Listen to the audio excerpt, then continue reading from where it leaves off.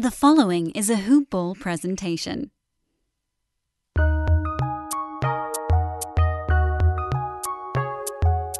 Welcome to the Fantasy NBA Today podcast.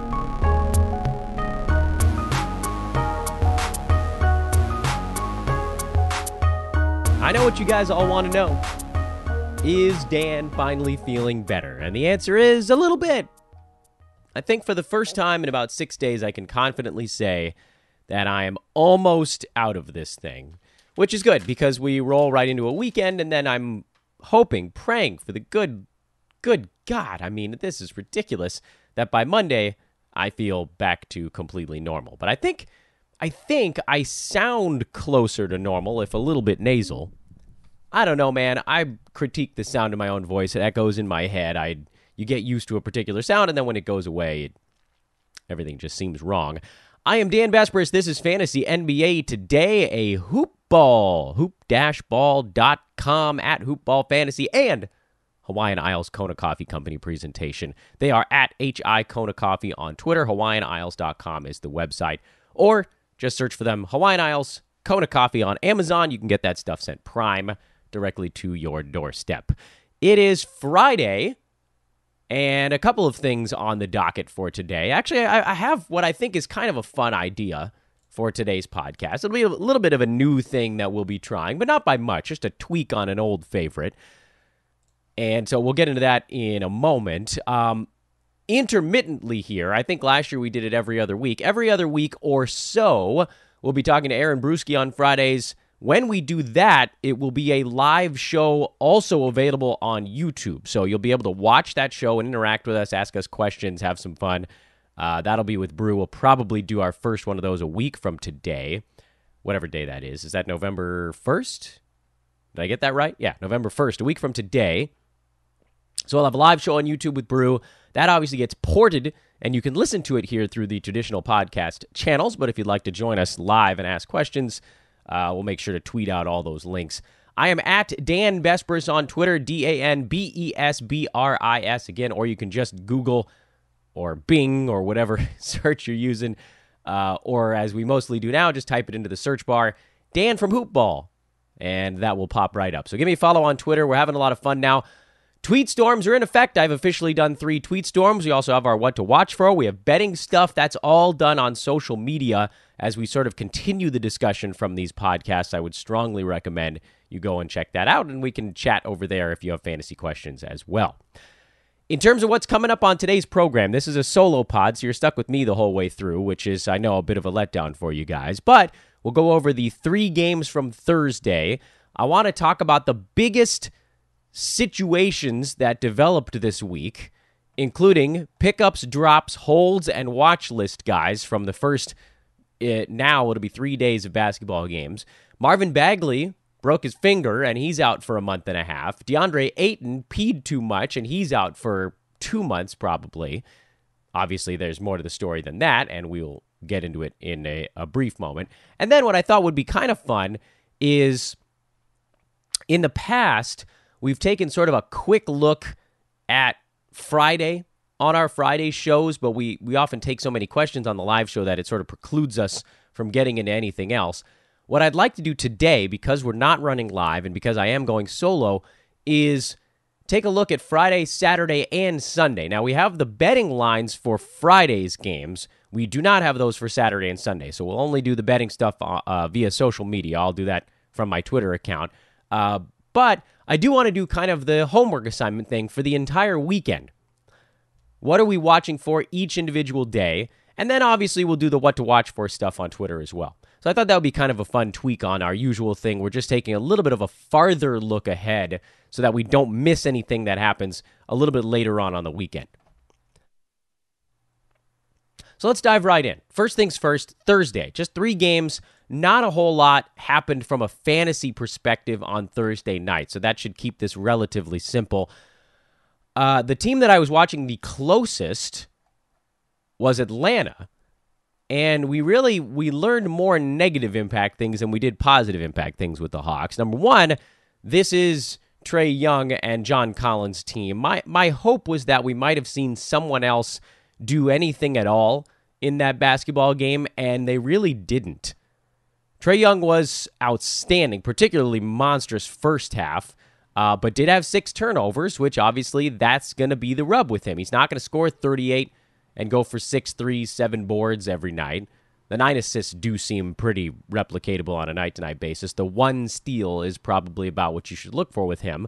But when you wipe out the great field goal percent from night 1, the points, the threes from night 1, you dial those back by 10 to 12 points or more, and 3 3-pointers. If you push that in with 6 turnovers, that's a tough line to handle in 9-cat. Still good, but not as great as last night. Now, if you're an 8-cat or you're punting turnovers, this was a brilliant first performance. And what I think you might want to consider doing is look at your format, okay, because everything that we do is based somewhat on the settings that you choose. Look at your format and decide, what am I trying to achieve here? Because even in 9-cat, he was, it was a top 10 line last night, despite the 6 turnovers. If you're punting turnovers, Trey Young could actually be a first-round guy this year.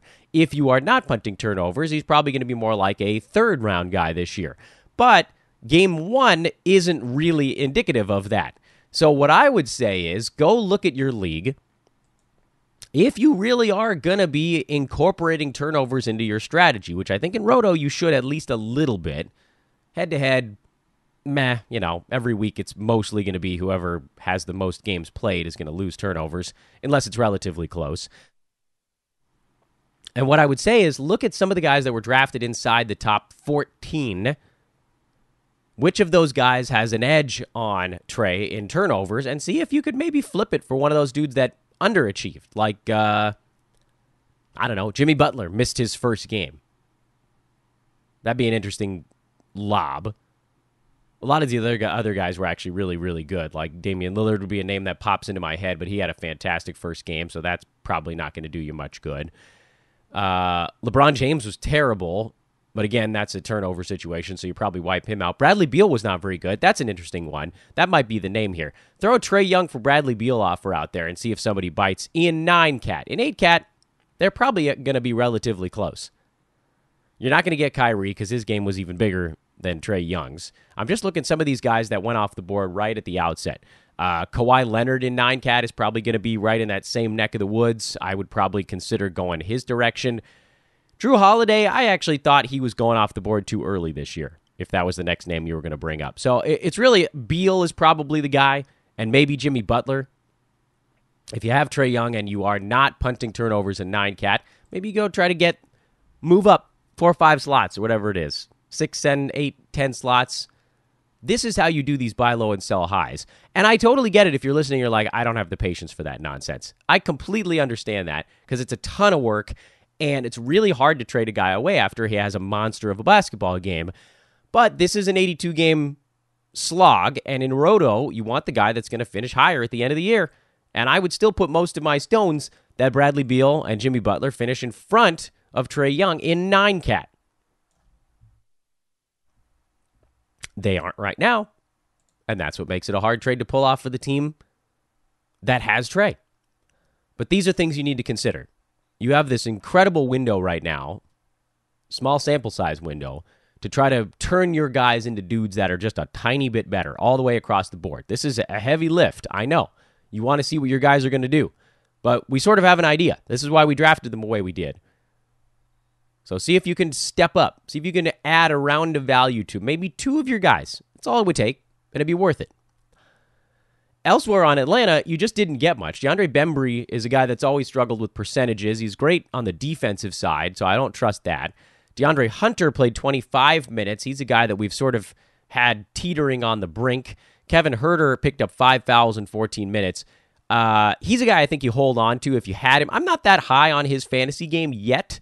Maybe he comes around this year. Last season, there were some pretty glaring holes in it, but that's not what this was. This was him recovering from a knee injury. So we're not going to put that, what's the line from Ricky Bobby? We're not going to put that evil on Kevin Huerter right now. If you have him on your team, you hold him. If he's a free agent, I think you could probably just keep watching him because I doubt someone else is going to pick him up after this particular ball game.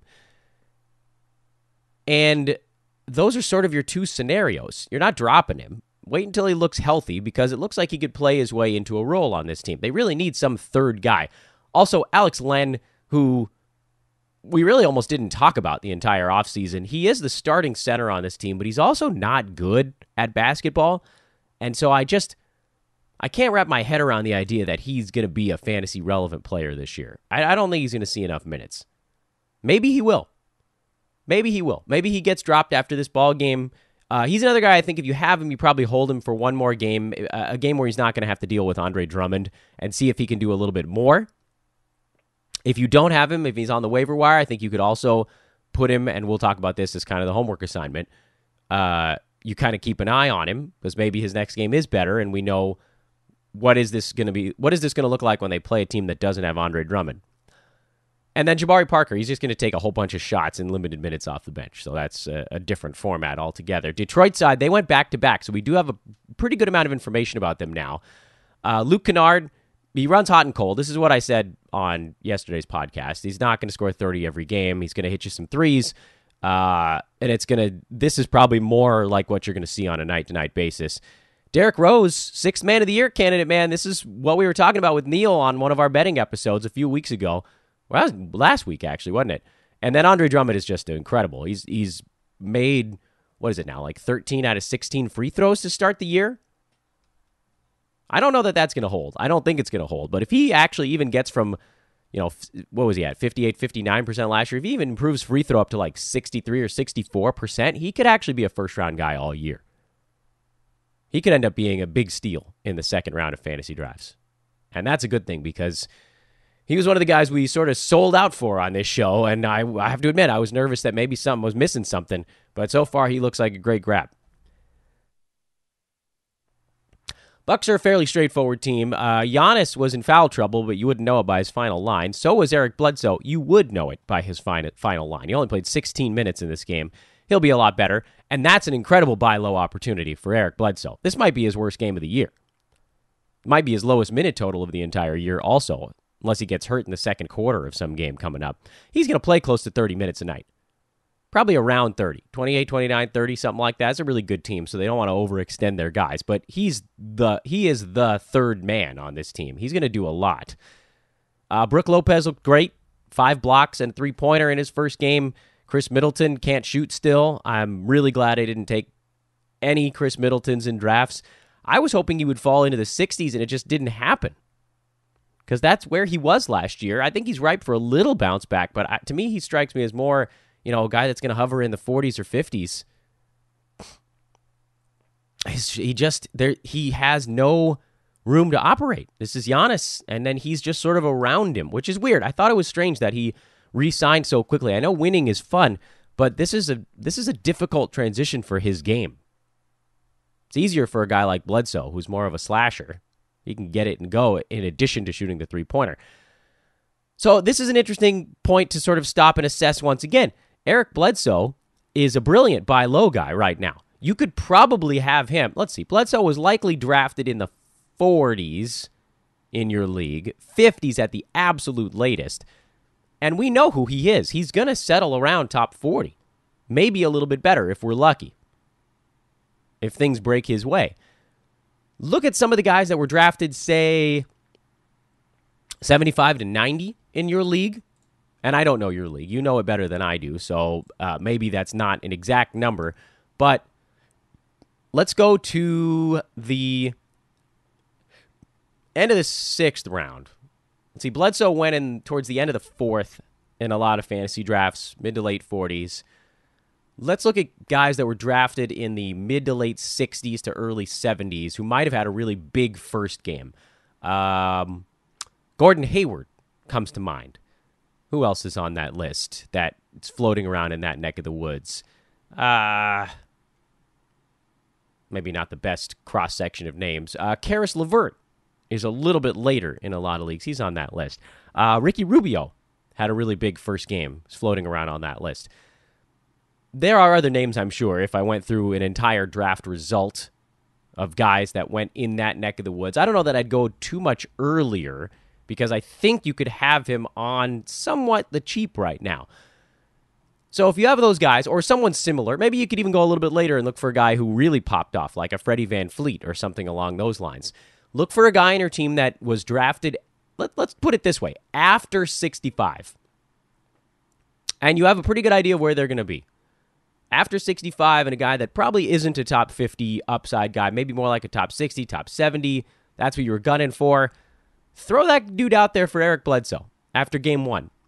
I'll tell you right now, there are a lot of people that believe Freddie Van Fleet is now going to be a second-round pick. He's not. He had a great first game. He's going to be solid all year, but he's not going to be a top 25 guy. 50, outside chance. 60, probably-ish. 70, possibly, yeah. I mean, with Eric Bledsoe, we know 40. He's aiming for top 40. So take one of your guys that's looking more like a top 50, 60 guy and flip him for Eric Bledsoe. These are these little incremental jumps I'm talking about. Look at your team right now. Pause the podcast. Look at all of your different teams and see if any of the names make sense as a guy you drafted after 65 who's off to a rip-roaring start, and you could maybe flip him. I think Rubio is a really interesting example of that. He's a name that I've got on a couple of spots. Check your team out. I'm doing it right now, actually, while we talk, to see if I can find some examples on my own team. I have Eric Bledsoe in a couple of places, which makes it a lot harder to trade for him. By the way, I don't know that I would do it with Kelly Oubre, because I know he was drafted after 65, but I do think he could finish inside the top 50, so you're probably not making quite the gains there as someone else that maybe has more of a 75, 60 kind of range. But look at your team. See how they're looking. I don't think you're going to be able to get him for someone you drafted a lot later than that. Like, say, Taurean Prince, monster of a first game. You're not going to get Eric Bledsoe for Taurean Prince. You're going to have to go a little farther up the board. This is what I'm talking about, though. Same thing with Trey Young. Use that asset. Try to increase. Try to power up by a round or two. Someone on your team. On the Houston side, Daniel House played 26 minutes. That was sort of the only thing that I thought was interesting. They really... the bench, as usual, didn't play much outside of Eric Gordon.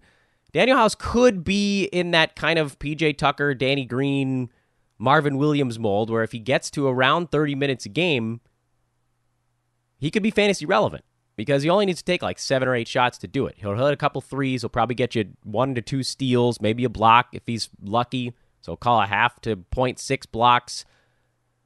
Kind of a round out your bench 9-cat kind of guy. Clippers-Warriors was a blowout. Ivica Zubac did bounce back, but only 18 minutes. So I know a lot of people are like, Dan, you totally biffed it on the last one. And yeah, he did have a better ball game this time. So I'll give credit where credit's due. He played a lot better here in game 2. Here's what you're looking at, though. 18 minutes despite playing extremely well. This is a high watermark for Zubac. If you have him, try to unload him immediately. Because he's not going to average 16 and 10 with 2 blocks. He's just not. You can't in 18 minutes a game. There is no one on your team, I'm betting, that you're expecting to play 18 minutes a game and you are holding in a 12-team league. There's just no one. Montrezl Harrell played less because it was a blowout. Normally, he would get an extra 4 or 5 minutes, and that would come at the expense of Zubac. This is a sell-high moment, and it might be your only one for a while. Anyway, the Clippers shot 63% in this game, and they just beat the snot out of the Warriors, which, by the way, as a Laker fan, I'm actually somewhat encouraged by this because the Clippers went on the road and just dismantled an okay but not great Warriors team, totally shut down Steph Curry, totally shut down D'Angelo Russell. Draymond Green left for a while with a bone contusion or an elbow contusion, and then he came back and, things just weren't working right. Kevon Looney left with a sore hamstring, which leaves them with Marquise Chris and Omari Spellman at center. I don't know what the hamstring thing is going to be. I was terribly afraid of the centers on this team. I do think that Looney is the guy you'd want to have. Let's wait and find out how long he's going to be out. So you're not dropping there. Don't drop Kevon Looney just until we learn more about the injury. Clippers side, we were on Mo Harkless watch, and as I said after on our Wednesday show, I was worried that he wouldn't get 30 minutes a game because he's in a fight for those forward minutes with JaMychal Green, Patrick Patterson. It's a three-man gang there all fighting for the same minutes. And in this one, Tupat had 20 points on 6 3-pointers, and so Mo Harkless didn't get to do much.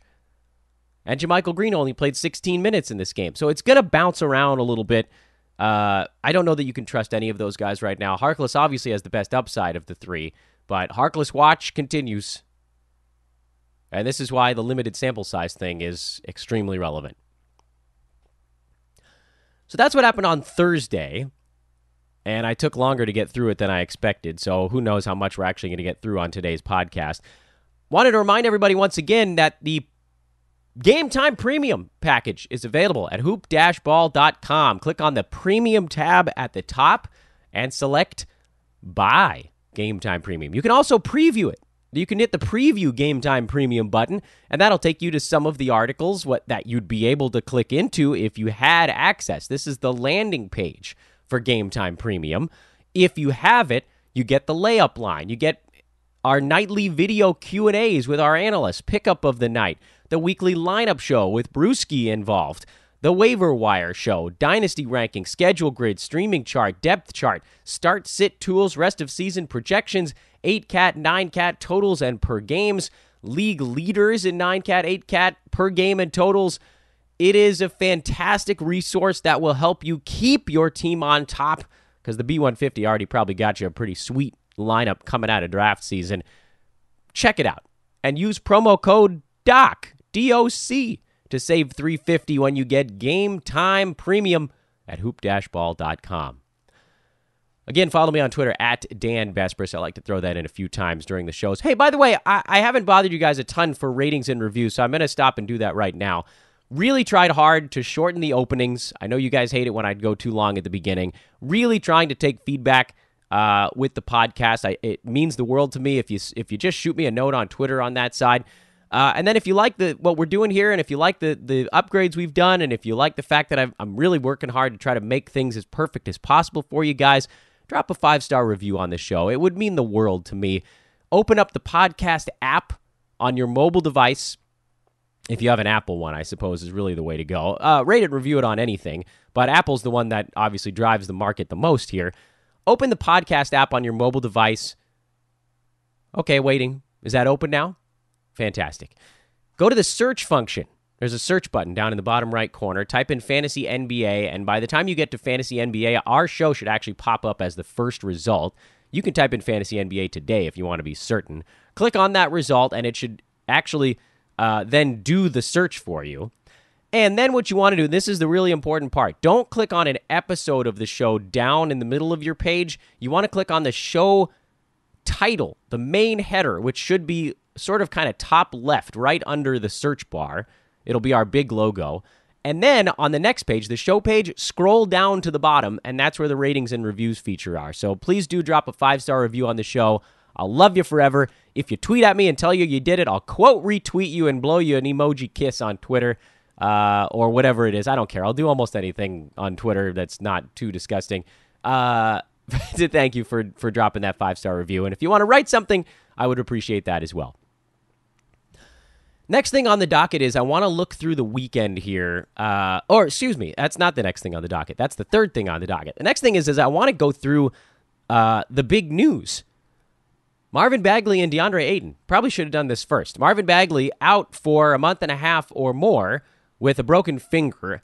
How does this change things in Sacramento? Well, we don't know specifically, but our job, of course, is to make our best guess. The Kings play tonight. They host the Portland Trailblazers in their home opener.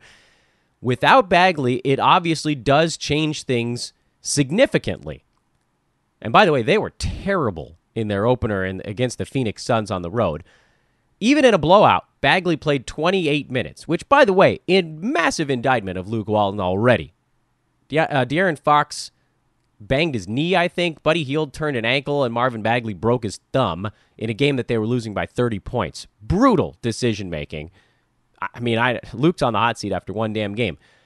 Bagley played 28 minutes in that one. That was the second most on the team to old man Harrison Barnes, who's actually not that old, and that's a lie. It was third most to Barnes and Buddy Hield. In a normal contest, a competitive ball game, he likely would have played another 3 or 4 minutes. So we're talking about 30, conservatively, minutes that are now going to get redistributed among other power forwards and centers on this team. Because Bagley did play some of his minutes at center, and he saw people yelling about this on Twitter. Richaun Holmes played all of his minutes at center, 17 and a half of them in that first game, as did Dewayne Dedmon, who only played 14 minutes in the opener. But that still left 17 center minutes unaccounted for. Those mostly went to Marvin Bagley. Caleb Swanigan played a couple in massive garbage time. This is opening up probably about 15 to 20 center minutes per ball game. Let's just say those get split between Dedmon and Holmes, because we don't know what's going on with Giles, if he's going to play, if he's healthy, if he is, how much he's going to actually do. If Richaun Holmes even gets another 7 minutes, he's a top 100 fantasy guy. If Dewayne Dedmon gets another 8 to 9 minutes, he's a top 100 fantasy guy or better. This Marvin Bagley injury has created a month-and-a-half-long pocket where the centers in Sacramento suddenly, besides Bagley, look like they could actually get on the radar. Am I racing out to go grab any of these guys? I'm kind of sitting on it a little bit. Dewayne Dedmon is likely owned in your league. People probably dropped him after his 14-minute opener, and frankly, I wouldn't blame you, because if without this injury, he probably wasn't going to play more than about 20 to 22 minutes a game, and that's bordering on value. 24, 25, 26 is where he needs to get to be good. Richaun Holmes, 17 minutes, that was probably his target, I was thinking. Well, all of a sudden, now both of these guys could have fantasy value. So let's watch this game out, and I'll talk about that for homework assignments. I want to watch this Sacramento game extremely closely. I don't think that you have to make any preemptive moves, but hopefully you didn't drop Dewayne Dedmon. And with Bagley, you have to hope you have an IL spot, because you probably can't drop him. You know, a month and a half, your team is going to have to just handle that. Meanwhile, on the opposite side, in that same game on Wednesday, Deandre Ayton busted for taking a diuretic, which is, most of you probably know this, diuretic is something that makes you pee more often. And it's often used, this is the part that maybe we all didn't know, it's often used by athletes to flush steroids and HGH out of their system, performance-enhancing stuff. So we don't have all of the details on the Deandre Ayton thing. Maybe there's some other reason. I saw someone talking about the fact that people with inflammatory bowel disease actually use diuretics sometimes. Presumably they would have some kind of doctor's note or league doctor's note or something. I don't think that that's the case with Deandre Ayton. I don't know if they're going to appeal it or what. Regardless, he's set to miss sometime. The initial number was 25 games, and I don't know if the appeal might change that in any way. This is a huge blow. With Bagley, you're losing probably a 6th or 7th round guy you drafted. I don't care what his actual final numbers are going to be. I'm talking about where you took these guys. Deandre Ayton was drafted at the end of the 2nd round in most leagues. So you're about to get nailed with almost 2 months. 25 games is almost 2 months. 2 months is about, 28 games? So he's gone basically until the new year, minus a couple games. This is brutal, because there also isn't a very obvious one beneficiary. Kind of the same thing. That's the modern NBA. There isn't really the trademark handcuff the way there was 10 years ago in the NBA. When one guy goes down, the whole, this positionless thing, it's almost like a blob just oozes out to fill in the void. We said it on the Sacramento side. It's going to be Dedmon. It's going to be Holmes. It's going to be more for Bielitsa, who's going to start. We didn't even mention his name. Hopefully he doesn't play too many more minutes, but he'll see a couple extra. It's going to be Giles if he comes back and plays. I don't know that Barnes can play anymore. And then on the Phoenix side, it's kind of the same story. Dario Saric is going to pick up additional minutes at center. They're going to go small. No one can tell me otherwise. That's the modern NBA. Frank Kaminsky is going to probably pick up a few, and Aaron Baines is going to pick up a few. Frankly, I wouldn't be surprised to see Aaron Baines get the start at center. His 10 minutes from the opener, maybe that becomes more like 18 to 20. Let's say he gets 10 of Deandre Ayton's 34 minutes he played at center in that first game. There's a ton of available playing time. You could give 10 minutes to each of those 3 guys. Number one, and maybe Check Diallo sees another 4 or 5 minutes. I don't know. Dario Saric, if he goes from 21 minutes to 31 minutes, he becomes a must-start guy. Frank Kaminsky going from 19 minutes to 29 minutes seems a bit unlikely, but he would probably become a pickup in that situation. He is instead on my watch list right now. Aaron Baines, he's a long way from fantasy value. Same with Czech Diallo. So those guys are staying on my waiver wire. I think the key here is that Dario Saric should definitely be on fantasy teams. Where he was, in my estimation, a guy that could very quickly end up on the chopping block if he didn't ramp his minutes up from 21 to a higher number quickly. That number is going to go up to probably 30. They almost don't have a choice. Phoenix is in trouble for these 2 months because they don't have a center that can actually run and jump and score. Deandre Ayton could do all three of those things. Now they have to choose. So, Saric can score. Baines can rebound. Kaminsky can, I don't know. None of these guys can jump. This is not an athletic bunch they've got to back up DeAndre Ayton. So probably wishing they had brought back Rashawn Holmes. Then we really would have picked him up. So, yeah, I don't think you're racing out to pick anybody up. Dario Saric is probably owned in your league if you're in a mildly competitive one. If he's not, you probably should. That's the name on that chart. Now we want to look at the biggest stories of the week. Really plotting my way through this podcast. I really should have written down the order that I wanted to talk about things. I wrote down all the things I wanted to talk about, but I didn't write down what order I wanted to talk about them in. So I broke down what's happened over the course of the week into 4 categories: pickups, drops, holds, and watch list guys. And I think we can go through this pretty quickly because we've talked about all of these names so far this week, but I wanted to put it into one big Friday capsule. For those of you that are listening to this show and maybe missed a couple this week, this one's going to be sitting out there ready to be listened to all weekend long. So I thought it was kind of a good time to sort of recap. It's a recap. Pickups, drops, holds, watch list. You guys probably are most interested in pickups, so we'll start with that one. The 2, bordering on 3 or 4 or even 5 most important pickups are buried in this list. I made this list going through the games chronologically, so it's not in the order that I think you guys need to race out and grab these guys. But here are the pickups. OG Anunoby, if he wasn't already. Danny Green, if he wasn't already. I think he probably was. PJ Washington, Dwayne Bacon, Tristan Thompson. Those guys probably weren't on a fantasy team. Washington was for me, but I know his number is more like 20% on Yahoo before his big game. Derrick Rose, probably on a lot of teams, but should be owned. He's got a wide open window, especially with Blake Griffin out, and they're going to want him to score anyway. Isaiah Thomas deserves a spot on a team because we just saw how bad the Wizards are. Elfrid Payton, especially with the report that he's likely going to own the starting job in New York for a while. Marcus Morris, because the Knicks need scoring. Will Barton, who looked more like himself in the Nuggets' first game. And Wesley Matthews, who falls into that category with a guy like Danny Green and a guy like OG. The names that I think are most important on this list are Washington, Bacon, believe it or not, Tristan Thompson, Elfrid Payton, and Marcus Morris. I shudder as I say Tristan Thompson out loud, but as you guys may have noticed, and as we stopped and sort of bugged our eyes out of our head, he played 33 minutes, the second most on the Cavs in their opener to only Kevin Love. So they seem intent on getting him out there. If he's playing 30 minutes, he's a walking double-double.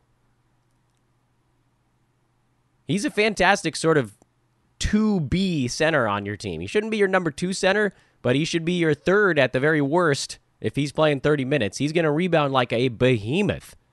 He could average 11 rebounds a game in that amount of time. Especially if they play a team that's going to run a little faster. Orlando's not a fast-moving team. I know, boggles the mind, doesn't it? In terms of what I think the expectations are for these guys, because a lot of you are going to be like, well, who should I drop for these dudes? I'll try my best to lay it out for you now. I think OG Anunoby profiles as a Danny Green, Wes Matthews style, between 90 and 115 kind of guy. So he's not drop an upside guy for. He's a drop a guy who's just not really playing for. PJ Washington, that's probably more of you're gunning for maybe top 80. Dwayne Bacon, probably around 90. So just a hair better than the other guys there because we haven't seen the well-roundedness yet. Tristan Thompson is in that same range.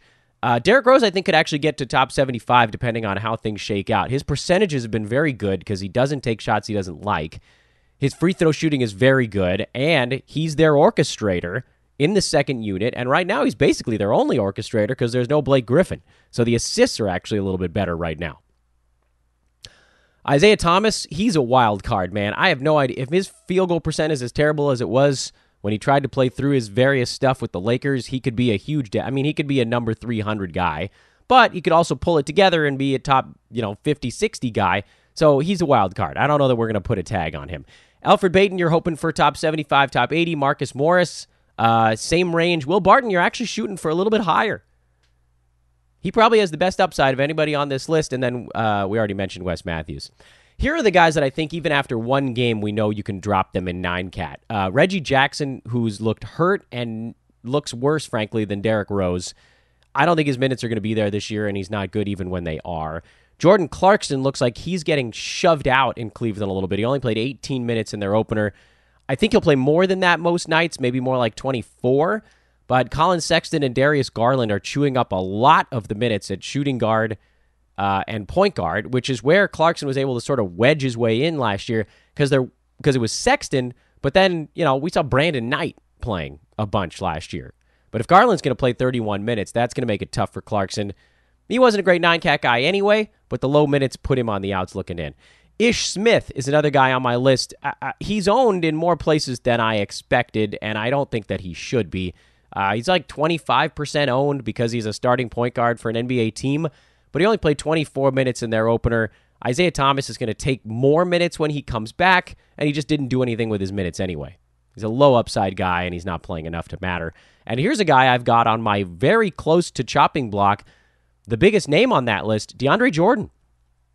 He's owned in 77% of Yahoo leagues, and he only played 16 minutes in their opener, which I know is because he can't move much, but Jaren Allen played 36 minutes in the opener. He wasn't very good. Missed all 4 of his free throws. Yuck. Did block 5 shots, though. Right? And this was Karl-Anthony Towns, so he was chasing around one of the best big men in the entire NBA, and he was out there. So I'm inclined to say that if this happens again, Deandre Jordan could probably be one of your first relevant cuts of the fantasy season. Let's preach some patience here. Here's the guys that you should hold on your team who you probably, or someone in your league probably has, where the ownership is relatively high, and they didn't have a very good game, but I do think you have to give them more leash. Derek Favors is a hold. JaVale McGee is a hold. Tomas Satoransky, who had a horrible game, is an absolute hold. Marc Gasol played 31 minutes, guys. He's a hold. Serge Ibaka. Terrence Ross, who didn't see the minutes, but that was also a beating. TJ Warren and Jeremy Lamb did not play well for Indiana in their opener. They are both holds. Spencer Dinwiddie, I think, is going to do more for Brooklyn in future games. He got outplayed in this one. So, Kyrie had 50. They didn't give any real wiggle room for the bench, but I would hold him a little bit longer. Certainly a longer leash than DeAndre Jordan. Davis Bertans played 28 minutes for Washington. I know he wasn't very good, but he deserves a hold as he settles in and acclimates and takes a couple extra shots. If he's taking 10, 11 shots a game, he could give you 2 and change 3-pointers, and then you just hope that a few rebounds and maybe a defensive stat falls into his lap as well. Those of you that are picking up guys like OG Anunoby and Wesley Matthews and stuff like that, you might as well just stick with Bertans because he's like that, but can do a little bit more from the perimeter. Delon Wright is a hold for now. I know his minutes weren't great in the opener, but he started, and he's just such a well-rounded player. He's only a few minutes away from being fantasy relevant. I'm going to give Derek White a little bit longer. He's a guy that will move over towards the chopping block pretty quick, but his upside is so big that I've got to think he squeezes in some playing time eventually. I know he's not a floor spacer like Bryn Forbes, who's, by the way, on the watch list, but I can't cut Derek White after one game where he just didn't play that many minutes. Jeremy Grant, I'm going to give a little bit more leash to as well. Kent Bazemore, who actually had 5 steals, so I don't even know why I put him on this list. And then Zack Collins. People were asking me about dropping Zack Collins, who, I'm not that high on because I'm not sure that this Whiteside Collins blend in the front court is going to work long term, but he played 30 minutes. So if you've got him, don't part with him now. 8 points, 5 boards, 2 blocks. I mean, he was a 3-pointer away from saying, hey, that was a pretty good ball game. That was really all it would have taken. In terms of these various holds, I'm sure that the follow-up question is, well, how long do I hold them? And I'll try to give my best guesses here for how long I would hold these guys if I had any of them or all of them on my team. Derek Favors, I'm basically holding indefinitely. I think he's actually going to be good this year. JaVale McGee, multiple weeks. He's on the weeks hold list. Satoransky, weeks. Gasol, weeks. Ibaka, weeks. Ross, weeks. Warren, Lamb, weeks. Dinwiddie is more days than weeks. He's kind of hovering in between. I'd probably give him maybe 1 to 2 weeks, as opposed to, where Favors, Gasol, Ibaka, Ross, Warren, Lamb, those guys probably have a month so it's multiple weeks. Davis Bertans, he's more days than weeks. Delon Wright, he's in that Spencer Dinwiddie grouping of more like 1 to 2 weeks. Derek White, same thing, 1 to 2. Jeremy Grant, on the low side, closer to 1. And then Bazemore and Collins, I don't think they should even be on the potential cut list. So I'm not even going to give it time for those guys. Here are the guys that I have on my watch list after the first 3 days of basketball, and I'll just rattle them off real quick. Josh Hart, Mo Harkless, Kobe White, Thaddeus Young. Had to stop on that one for a sec. Devontae Graham, Darius Garland, Markelle Fultz, Luke Kennard, Tyus Jones, Kendrick Nunn, Travion Graham, Bryn Forbes, Royce O'Neal, and Daniel House. A lot of weird names on the list, I know. The reason they're on my watch list is that I feel like Game 1 could have been a bit of an aberration for all of these guys. I don't know, Josh Hart's playing close to 30 minutes every game. We already saw Mo Harkless kind of fade back in Game 2. Kobe White outplayed the other point guards for Chicago in Game 1. But what if Tomas Satoransky looks more comfortable in Game 2? What if Chris Dunn looks better in Game 2? Does White just fade? Thad Young, I didn't like how many minutes. I know he used them effectively, but he needs more minutes. We know it's the old man Marvin cut line, where these guys need 28 to 32 minutes, my old men. Devontae Graham had a really nice first game. That one, if he does that one more time, I'll throw him on a fantasy team, because he looked, frankly, better than Terry Rozier in Game 1. Darius Garland, he probably deserves a spot. We just don't know a ton about his game yet. Markelle Fultz is on my watch list. Kennard, we know what he is, and I'm not that excited by him because it's mostly scoring and threes. Tyus Jones, he looked really good for Memphis, but I'd love to see him get more minutes. Kendrick Nunn, we don't know what happens with him when Jimmy Butler comes back. Travion Graham looked like he was settled in with the Minnesota Timberwolves, so keep one eye on that dude. He played 30-plus minutes. It was an overtime game, admittedly, so that's one reason for reticence. Bryn Forbes, is he really going to be a 30-minute shooting guard on the San Antonio Spurs this year? Because if so, he'll rack up some threes, man, because the rest of that team can't shoot a lick. Royce O'Neal looked locked into 30 minutes with Utah, so that's something to watch. But if Bojan Bogdanovic is fully healthy, does that dent it? Maybe. And then Daniel House, who we already talked about, he kind of falls into that like Wes Matthews 3-and-D type guy. I would rather have House than Matthews if we can guarantee that Daniel is going to play enough minutes, because he could do more in the rebounding and blocks departments, and I'm betting he'll shoot a better percentage because Matthews pretty much doesn't do anything besides shoot three-pointers, which are easy to come by, and you don't want a guy that's going to blow up your percentages. Last thing I want to do on this Friday show, which is taking longer than I had anticipated, and that's okay because we got a lot of things to cover, is assign some homework. Let's look at the weekend. We'll start with Friday. We can look at these games, talk about what we're watching for, and then also the betting lines for Friday, because we have those out. We can do a little on-air handicapping. I want to remind you guys, by the way, the recruiting call continues, but it does change a bit. We are mostly full up on the fantasy writing side. If you'd like to get on the wait list, please do hit me up. I mean, this is obviously still the best time to do it. But you'll probably be waiting for somebody to either move to a different spot or move out. But here's the thing. There's no reason to wait, because if you get on the wait list now, you'll still be farther up on it than if you got on it later. Still, I don't want you guys writing in thinking that we have fantasy contributor spots open. We do have fantasy podcast contributor spots open, so hit me up at Dan Besbris if you're interested in doing that.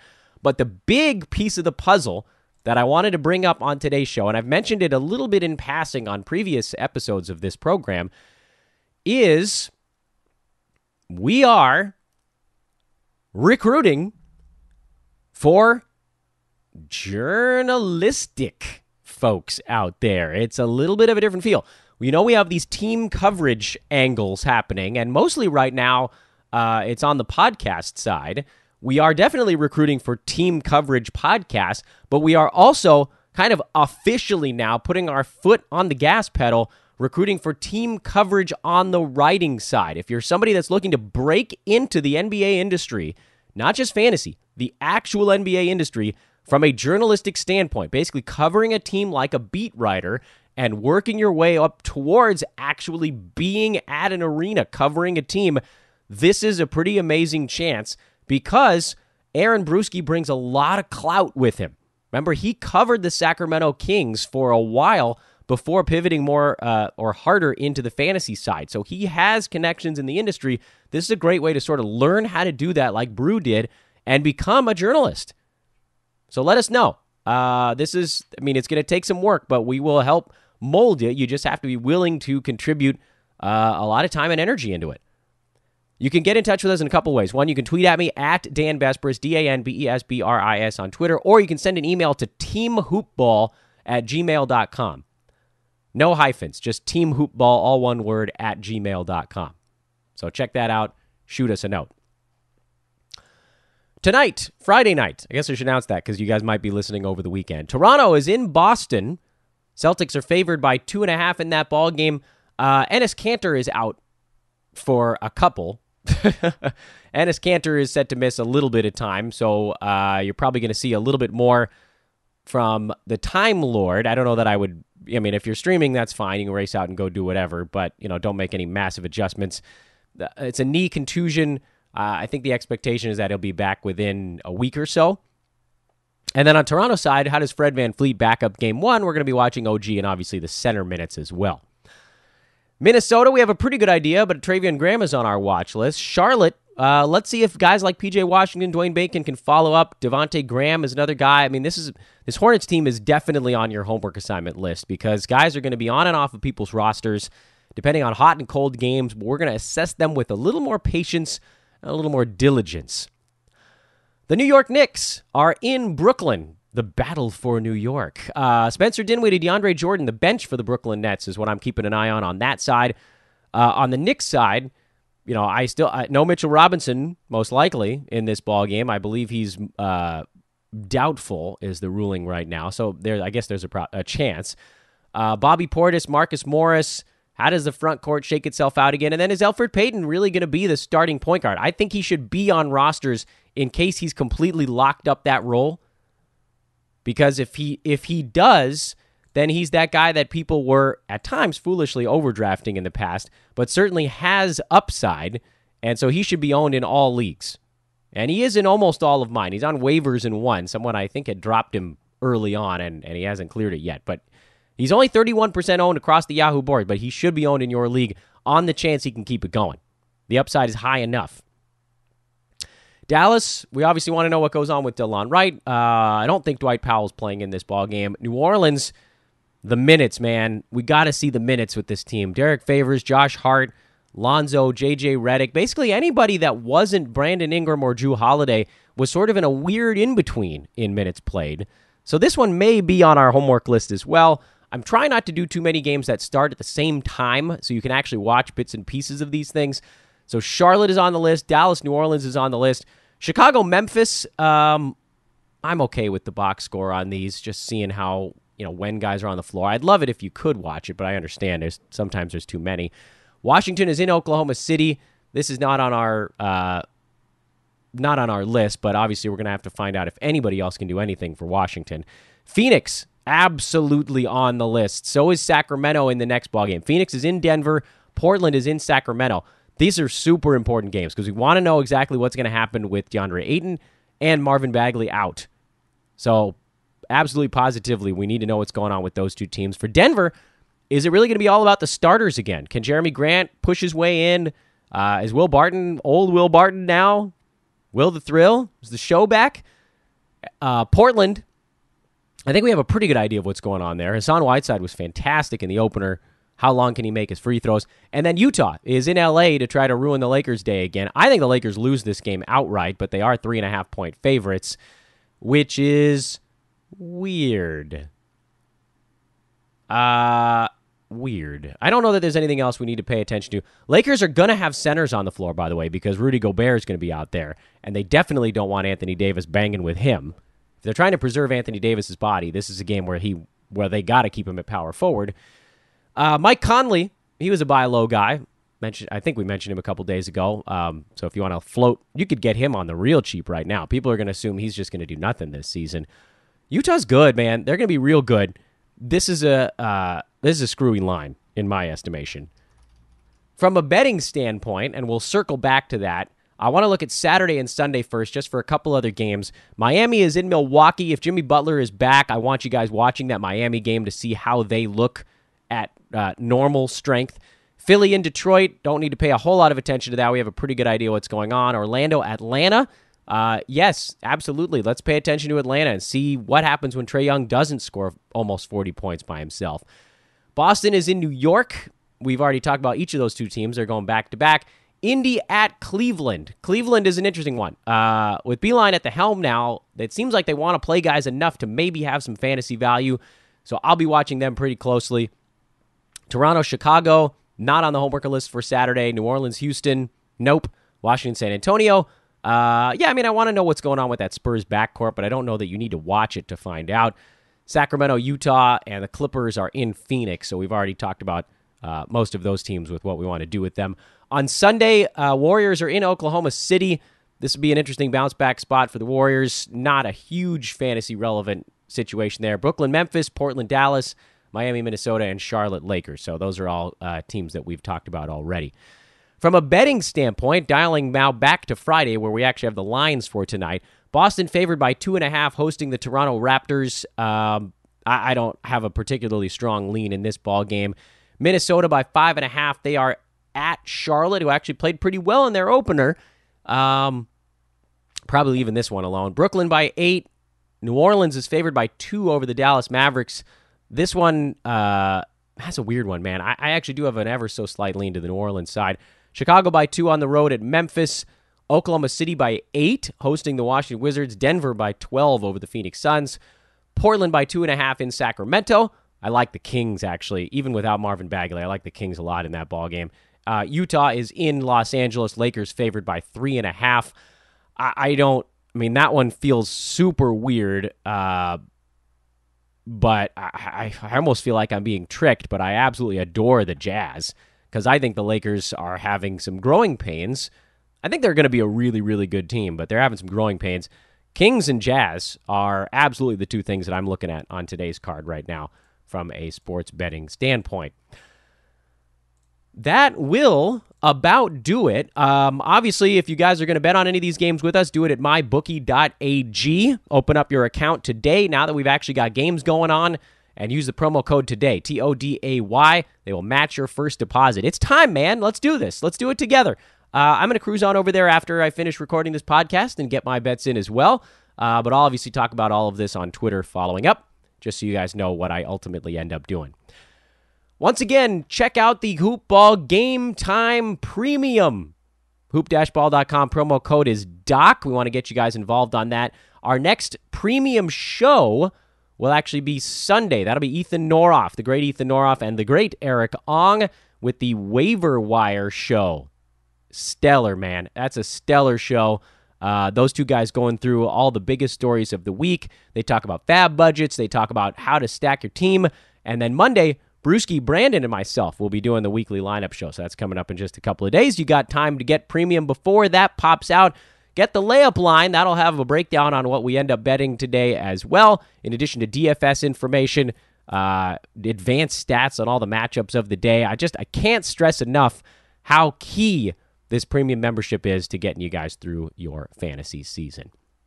Again, hit me up on Twitter at Dan Besbris for any of these questions, recruiting, whatever.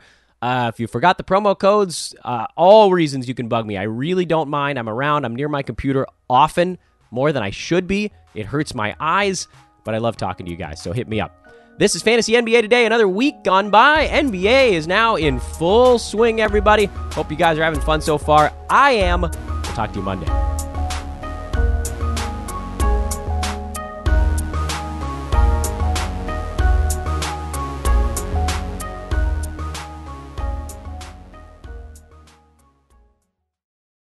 This has been a Hoop Ball presentation.